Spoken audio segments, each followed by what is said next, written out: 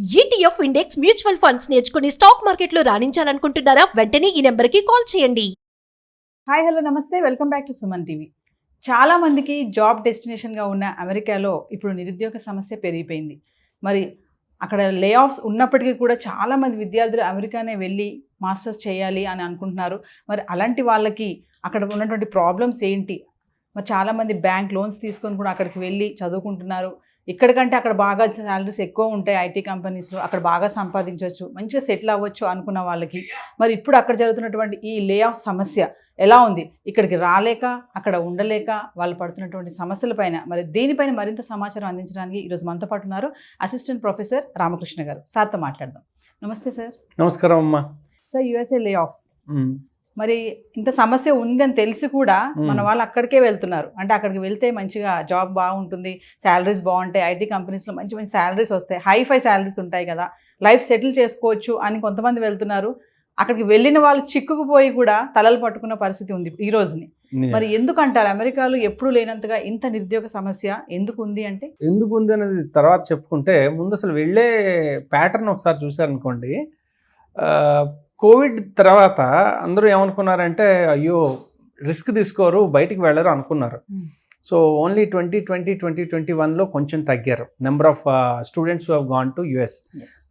ఇప్పుడు అమెరికా అనేది అతిపెద్ద డెస్టినేషన్ అయిపోయింది మన స్టూడెంట్స్కి. అది మీరు న్యూస్లో చూసారంటే హయ్యెస్ట్ నెంబర్ ఆఫ్ స్టూడెంట్స్, అత్యధిక విద్యార్థులు ఇప్పుడు అమెరికా వెళ్తున్నారు. అండ్ సంవత్సరానికి అది పెరిగిపోతుంది కూడా. అంటే 22, 23, 24 ఈ 3 సంవత్సరాల్లోనూ సంవత్సరానికి ఇంకా పెరుగుతూనే ఉన్నారు. దాదాపు 150,000 మంది విద్యార్థులు వెళ్తున్నారు. కాబట్టి అక్కడ ఏదో ఉంది వెళ్తున్నారు అంటే. ఈ అమెరికన్ డ్రీమ్ అనేది ఇంకా వదలలేదు ఇంత ఇదిగా ఉన్నారు. అయితే సంక్షోభం ఎందుకు వస్తుందయ్యా అంటే ఇది మనం ఒక సైకిల్, ప్రతి దేశానికి ఇది సామాన్యమే. అందున ఇప్పుడు ఏంటంటే వాళ్ళకి ప్రెసిడెన్షియల్ ఎలక్షన్స్ జరుగుతున్నాయి ఈ నవంబర్లో. సో ఆ సమయంలో ఏమవుతుందంటే కొంచెం అనిశ్చితత ఉంది. చాలామంది మాకు తెలిసిన వాళ్ళు, బంధువులు, వీళ్ళందరితో మాట్లాడుతున్నా, ఫ్రెండ్స్తో మాట్లాడుతుంటే తెలుస్తుంది ఏంటయ్యా అంటే లే ఆఫ్స్ అనేవి మొహమాటం లేకుండా చాలా ఫాస్ట్గా ఉన్నాయి. వాళ్ళు కూడా ఏంటంటే నెక్స్ట్ ఎవరు రాబోతున్నారు అనే ఒక ఆందోళనలో ఉన్నారు. డెమోక్రాట్స్ వస్తారా, రిపబ్లికన్స్ వస్తారా అనేది పక్కన పెడితే ఎవరు వస్తారనేది తెలియకపోవడం వల్ల చాలా ఇన్వెస్ట్మెంట్స్ కానీ చాలా రకమైన బిజినెసెస్ కానీ కొంచెం ఫ్రీజ్లో ఉంటాయి, స్లో ఉంటుంది. ఈ స్లో డౌన్ ప్లస్ వాళ్ళకి ఆల్రెడీ ఆర్థిక మాంద్యం దెబ్బ ఆల్రెడీ ఉంది, అది గత 2 ఏళ్లుగా అది నడుస్తూనే ఉంది. ఈ రెండు కలిపేసరికి ఏమైందంటే చాలా పెద్ద సమస్యగా మారింది. అందుకని మనం ఇప్పుడు చూస్తున్న ఈ రకమైన ఏమైనా సమస్యలు చూస్తున్నాం అంటే మొట్టమొదటిది బిజినెస్ స్లో డౌన్ అయింది. బిజినెస్ స్లో డౌన్ అవడం వల్ల రిక్రూట్మెంట్స్ తగ్గి ఉన్న వాళ్ళని తీసేయడం జరుగుతుంది. తీసేయడంతో ఎక్స్పీరియన్స్ ఉన్న వాళ్ళని తీసేయడంతో అసలు ఫ్రెషర్స్కి అవకాశాలు లేకుండా పోతున్నాయి. సో మీరు అన్నట్టు అక్కడికి వెళ్ళిన తర్వాత వెంటనే వచ్చేయడం, అది రకరకాల రీజన్స్ అవ్వచ్చు. అయ్యో మనం ఇంత ఖర్చు పెట్టాము, మనం ఎలా అయినా మళ్ళీ సంపాదించాలని రీజన్ అవ్వచ్చు. లేకపోతే వెనక్కి వచ్చి ఏ మొహంతో వెనక్కి వస్తాం అనే ఒక భావన అయ్యి ఉండొచ్చు. ఏ రకమే అక్కడే ఇబ్బంది పడుతున్నారు. మాకు తెలిసిన వాళ్ళే దాదాపు 10-12 మంది ఉన్నారు అందులో. ఏది ఎంఎస్ కంప్లీట్ అయ్యి ఉద్యోగం రాక వెనక్కి రాకుండా ఉన్నవాళ్ళు. ఎందుకంటే దాదాపు 50-60 లక్షల అప్పు ఉన్నాయి అందుకు. సార్, ఇప్పుడు మాస్టర్స్ చేసి డిగ్రీ చేసిన వాళ్ళు మన ఇక్కడి నుంచి ఇండియా నుంచి అక్కడికి వెళ్ళి ఉద్యోగాలు లేక రోడ్లపైన తిరుగుతున్నారు సర్టిఫికెట్స్ పట్టుకొని అని అంటే ఏం చెప్తారు? అంటే అదే, అంటే కొంచెం మనం వాస్తవంలో బ్రతకడం అనేది చాలా ముఖ్యం. ఇక్కడ ఏమవుతుందంటే అక్కడికి వెళ్తే ఏదో రకంగా బతికేయచ్చు అనేది ఒకప్పుడు నిజంగానే జరిగేది. ఒక 10-20 ఏళ్ల క్రితం మీరు ఎలాగోలాగా అమెరికా వెళ్ళిపోతే ఏదో రకంగా బతికేయచ్చు. మీరు ఉద్యోగం చేస్తారా, లేదంటే చిన్న వ్యాపారం మొదలు పెడతారా, ఏదో రకంగా వాళ్ళ ప్రాసెస్ ఏవైతే ఉన్నాయో అవి కొంచెం టైటన్ చేశారు. రెండోది ఏంటంటే ఈ ఇందాక అనుకున్నట్టుగా ఉద్యోగాలు లేవు, పెద్దగా లేకపోవడం వల్ల ఏంటంటే వీళ్ళు ఏం చేయలేరు. వీళ్ళు రియలిస్టిక్గా ఉండి ఓకే అక్కడ సరే ఇక్కడైనా మనం చేయొచ్చు, లేదు అమెరికా తప్ప చాలా దేశాలు ఉన్నాయి, మనకి అక్కడికి ఎక్కువ డబ్బు సంపాదించాలనే ఒక కోరిక ఉంటే చాలా మంచి కోరిక, దానికి తగ్గట్టుగా ఇంకే దేశాలు ఉన్నాయి. ఇప్పుడు స్కాండినేవియన్ కంట్రీస్ ఉన్నాయి, యూరోప్లోనే చాలా కంట్రీస్ ఉన్నాయి. ఒక్క భాష నేర్చుకుని వాళ్ళు ఆ కంట్రీకి వెళ్ళగలిగిన వాళ్ళకి ఇమిగ్రేషన్ చాలా ఈజీగా ఉన్నవి దేశాలు ఉన్నాయి. ఎస్. అలాగే ఆస్ట్రేలియా వెళ్ళొచ్చు, లేదంటే కెనడా ఇప్పుడు ప్రస్తుత కాలమాన పరిస్థితుల్లో కొంచెం ఇబ్బందుల్లో ఉన్నది. హౌసింగ్ అది చాలా ఎక్స్పెన్సివ్ ఉంది, అందుకని కెనడా ఎవరు ప్రిఫర్ చేయట్లేదు స్టూడెంట్స్. అది కూడా చాలా తగ్గిపోయింది అన్నమాట.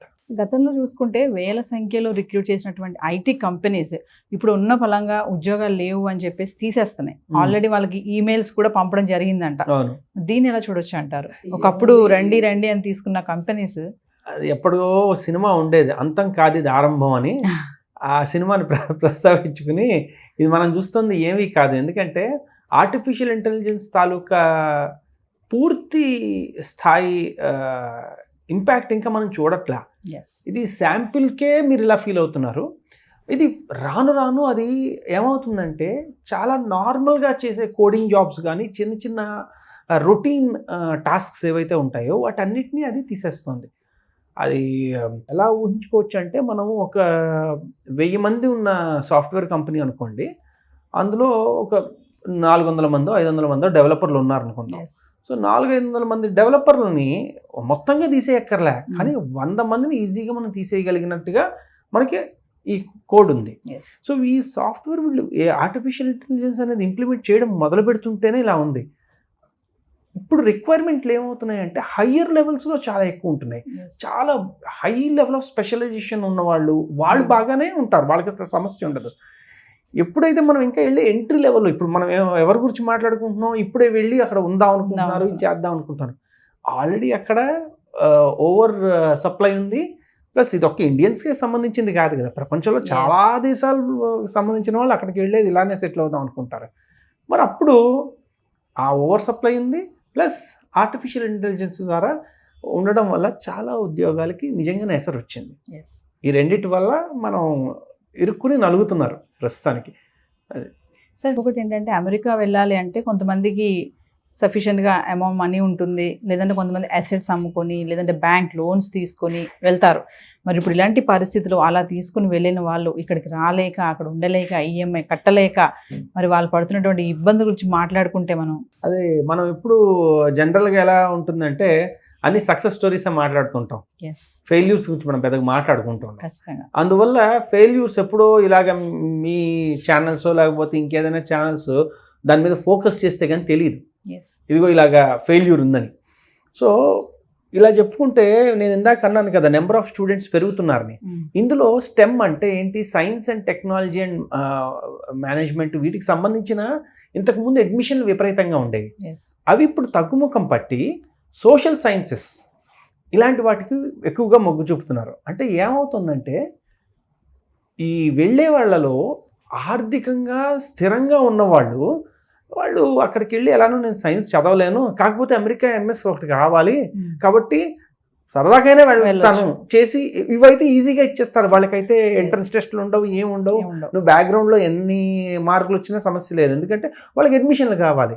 వాళ్ళకి అక్కడ అవి చాలా తగ్గుముఖం పట్టాయి, నాన్ స్టెమ్ కోర్సెస్. సో అందువల్ల ఏం చేశారు, ఇప్పుడు ఇవి పెరుగుతున్నాయి అన్నమాట. జనాలు అక్కడికి వెళ్ళి వాళ్ళకేం ఉద్యోగాలు అవసరం లే, ఎంఎస్ చేసేసి అమెరికాలో ఎంఎస్ చేసామని చాలు. అలాంటి వాళ్ళు హ్యాపీగా వెళ్ళండి. కానీ ఇప్పుడున్న పరిస్థితుల్లో మనల్ని ఉన్నవి అమ్ముకుని కానీ లేదా కొత్త అప్పులు తీసుకుని కానీ అక్కడికి వెళ్ళడం అనేది డెఫినెట్లీ అది ఆత్మహత్య సదృశం. చాలా చాలా క్లిష్టమైన పరిస్థితి ఇప్పుడు. అనవసరం అలాంటి చేసి వారి జీవితాలు, వారి తల్లిదండ్రుల జీవితాలు, అలాగే వారి భవిష్యత్తును కూడా అనవసరంగా ఇబ్బందులు పాలు చేసుకోవడం మంచిది కాదు. చాలా మంది మరి అమెరికా వెళ్ళాలి, అక్కడ లైఫ్ సెటిల్ అవ్వాలి, నేను కష్టమో నష్టమో, ఇందాక మీరు అన్నారు ఫస్ట్ అయితే వెళ్ళిపోవాలి, ఇక్కడ నుంచి అక్కడ పడిపోవాలి వెళ్ళి, అలా అనుకుని చాలా మంది అనుకుంటారు కదా. మరి ఆ డ్రీమ్స్ అన్ని డ్రీమ్స్ లానే ఉండిపోతాయి. అలా ఏం లేదండి. వచ్చిన సమస్య ఏంటంటే ప్రతి వాళ్ళు 20లోనే మొత్తం ప్రపంచం జయించేద్దాం అనుకుంటారు. అది వచ్చిన సమస్య. ప్రపంచం మన జీవితం అనేది 20లతో మొదలైందేమో తప్ప 20లతో ఆగిపోదు. ఇలా ఎడ్యుకేషన్ అవ్వగానే అమెరికా వెళ్ళాల్సిన అవసరం లేదు. అమెరికా ఎప్పుడైనా వెళ్ళొచ్చు. నేను 30లో వెళ్ళా అమెరికా పిహెచ్డికి. కొంతమంది 40లోని 50లోని బిజినెస్లు చేసి వాళ్ళ క్లయింట్లు అక్కడ ఉండడం వల్ల వాళ్ళు వెళ్ళగలిగారు. ఇలాగా వెళ్ళడం అనేది ఒకటి, ఎలా అయినా వెళ్ళొచ్చు. అదేమిటంటే ఇదేదో తప్పించేసుకుని వెళ్ళిపోవాలని ఒక తహతా ఉంది చూడండి, అది సమస్య. వెళ్ళాలనుకుంటారంటే ఎలా అయినా వెళ్తాం, అది రాసి పెట్టుంటే వెళ్తాం, పెద్ద విషయమే కాదు. కానీ దానివల్ల ఏమవుతుందంటే ఎట్టి పరిస్థితుల్లో అయినా వెళ్ళాలి అనుకున్నప్పుడు మనం చేసే పనులు మనకి ఇబ్బందులు తెస్తాయి. Yes. దాని బదులు రాసి పెట్టుందా వస్తుంది, ప్రయత్నించి వద్దనట్లా, కానీ దాని గురించి వెంపర్లాడితే Yes. రకరకాల సమస్యలు కొని తెచ్చుకున్నట్టు ఉంటుంది. సో చాలా మంది సీనియర్ ఎక్స్పీరియన్స్ ఉన్న ఎంప్లాయీస్ని కూడా తీసివేయడం జరుగుతుంది. అలాంటి వాళ్ళు ఏంటంటే ఇప్పుడు గ్యాస్ స్టేషన్స్లోని ఏమంటారు చిన్న చిన్న స్టోర్స్లో కానీ పెట్రోల్ పంప్లో కానీ వర్క్ చేయడం అనేది జరుగుతుంది, చూస్తున్నాం. ఎందుకంటే వాళ్ళకు ఉన్నటువంటి ఆ సమస్యలు ఫినాన్షియల్ అనుకున్నాం కదా మనము, అవి తీర్చడానికి. మరి ఇక్కడ మన ఇండియాలో చిన్న పని చేయమంటే నామోషిగా ఉండే వాళ్ళు అక్కడికి వెళ్ళి అలాంటి పనులు ఇప్పుడు చేస్తున్నారు ఇలాంటి పరిస్థితుల వల్ల. అంటే ఇక్కడ రెండు విషయాలు చూసుకోవాలి. వాళ్ళ పరిస్థితి నిజంగానే చాలా బాధాకరం. అయితే వాళ్ళ ఆలోచన ధోరణి ఏమవుతుందంటే వాళ్ళు ఆల్రెడీ అక్కడికి వెళ్ళి సెటిల్ అయిపోయారు, ఆల్రెడీ చాలా కమిట్మెంట్స్ ఉన్నాయి, సడన్గా అవి వదిలి ఇక్కడ వెనక్కి వచ్చేయలేరు. రెండోది ఏంటంటే సరే ఇది చిన్న స్లంప్ అనుకుందాం, మళ్ళీ ఒక 6 నెలల్లోనూ 8 నెలల్లోనూ మళ్ళీ అన్నీ సెట్ అయిపోయిన తర్వాత మళ్ళీ వెనక్కి వచ్చి వాళ్ళు సెటిల్ అవుదామని అవ్వలేరు కదా.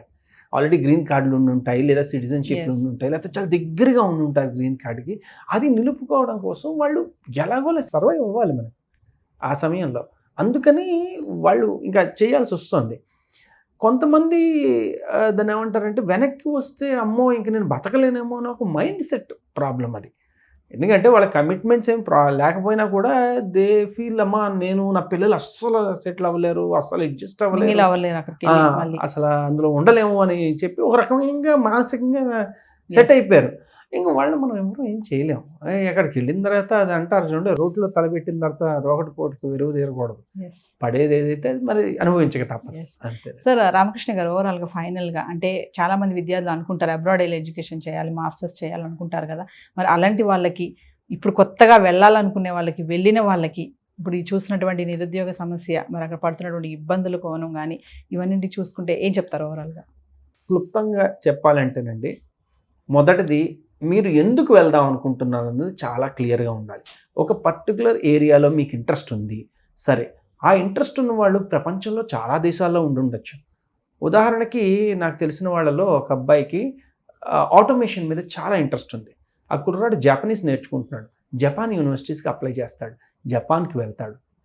అక్కడికి వెళ్తున్నాడు అంటే ఒక రకమైన అస్తిత్వం, ఒక రకమైన నాలెడ్జ్ బేస్ ఉంచుకుని వెళ్తున్నాడు, అంతే తప్ప ఎలాగైనా వెళ్ళిపోయాలనే తాత కాదు. అలాగే మీరు వెళ్దాం అనుకున్నారంటే ఎందుకు వెళ్తున్నారు, అది మొట్టమొదట. వెళ్ళినందుకు మీకు దానికి తగ్గ ఇవి ఉన్నాయా, క్వాలిఫికేషన్స్ ఉన్నాయా, దానికి క్యాపబిలిటీస్ ఉన్నాయా, స్కిల్స్ ఉన్నాయా, అవి మనకు సరిపోతాయా? ఎవడు పడితే వాడు అనగానే వెళ్ళిపోవాల్సిన అవసరం లేకుండా మనం అక్కడ స్థిరపడగలమా? ఇది ఆలోచిస్తే అమెరికానే కాదు, ప్రపంచంలో ఎన్నో దేశాలు ఉన్నాయి, ఎన్నో విషయాలు నేర్చుకునే అవకాశం ఉంది. జర్మనీ ఉంది, ఫ్రాన్స్ ఉంది, ఇలా చాలా దేశాలు ఉన్నాయి. కాబట్టి మొట్టమొదటి తెలుసుకోవాల్సింది నేను ఎందుకు వెళ్తున్నాను, నాకు దానికి తగ్గ కెపబిలిటీస్ ఉన్నాయా లేదా, అవి ముందు ఇక్కడ బిల్డ్ చేసుకుంటే ఏ దేశానికి వెళ్ళినా సమస్య లేదు. ఇక్కడ ఒక విషయం అర్థం కాదు సార్, ఇప్పుడు మీరు చెప్పారు కదా చాలా దేశాలు ఉన్నాయని, అయినా సరే అమెరికా వెళ్ళాలి అనేది ముందు ఉంటుంది. ఫస్ట్ అయితే ఆ లిస్ట్లో ఫస్ట్ నేమ్ అదే ఉంటుంది. అది అమెరికా అంటే ఎడ్యుకేషన్ పరంగా చూసుకుంటే వాళ్ళకి 4000 యూనివర్సిటీస్ ఉన్నాయి. సో అక్కడికి వెళ్ళిపోయి అది అయిన తర్వాత వెంటనే ఓపీటీ వెంటనే జాబ్ అనే ఒక చిన్న పైప్ లైన్ ఏదైతే ఉందో అవన్నీ చాలా సులువుగా కనబడుతున్నాయి. మిగిలిన దేశాలన్నిటికీ వెళ్ళడం అంటే నేను ఇందాక చెప్పాను చూడండి, నేను ఇది అని చెప్పి మన ఒక ఎస్టాబ్లిష్ చేసుకుంటే వాడు పిలుస్తాడు. మనకు అంత వద్దు, చాలా సులువైన మార్గం కావాలి ప్రతిదీను. ఆ సులువైన మార్గం వల్ల ఇలాగ మనం పడుతున్నాం. అక్కడ వాళ్ళకి ఇబ్బంది ఉన్నప్పుడు మరి అంతే కదా. ఇప్పుడు మీ ఇంట్లో మామూలుగా అయితే అందరూ గెస్టులు పిలుస్తారు, రెంట్ అని చేస్తారు, అన్నీ సర్వ్ చేస్తున్నారు.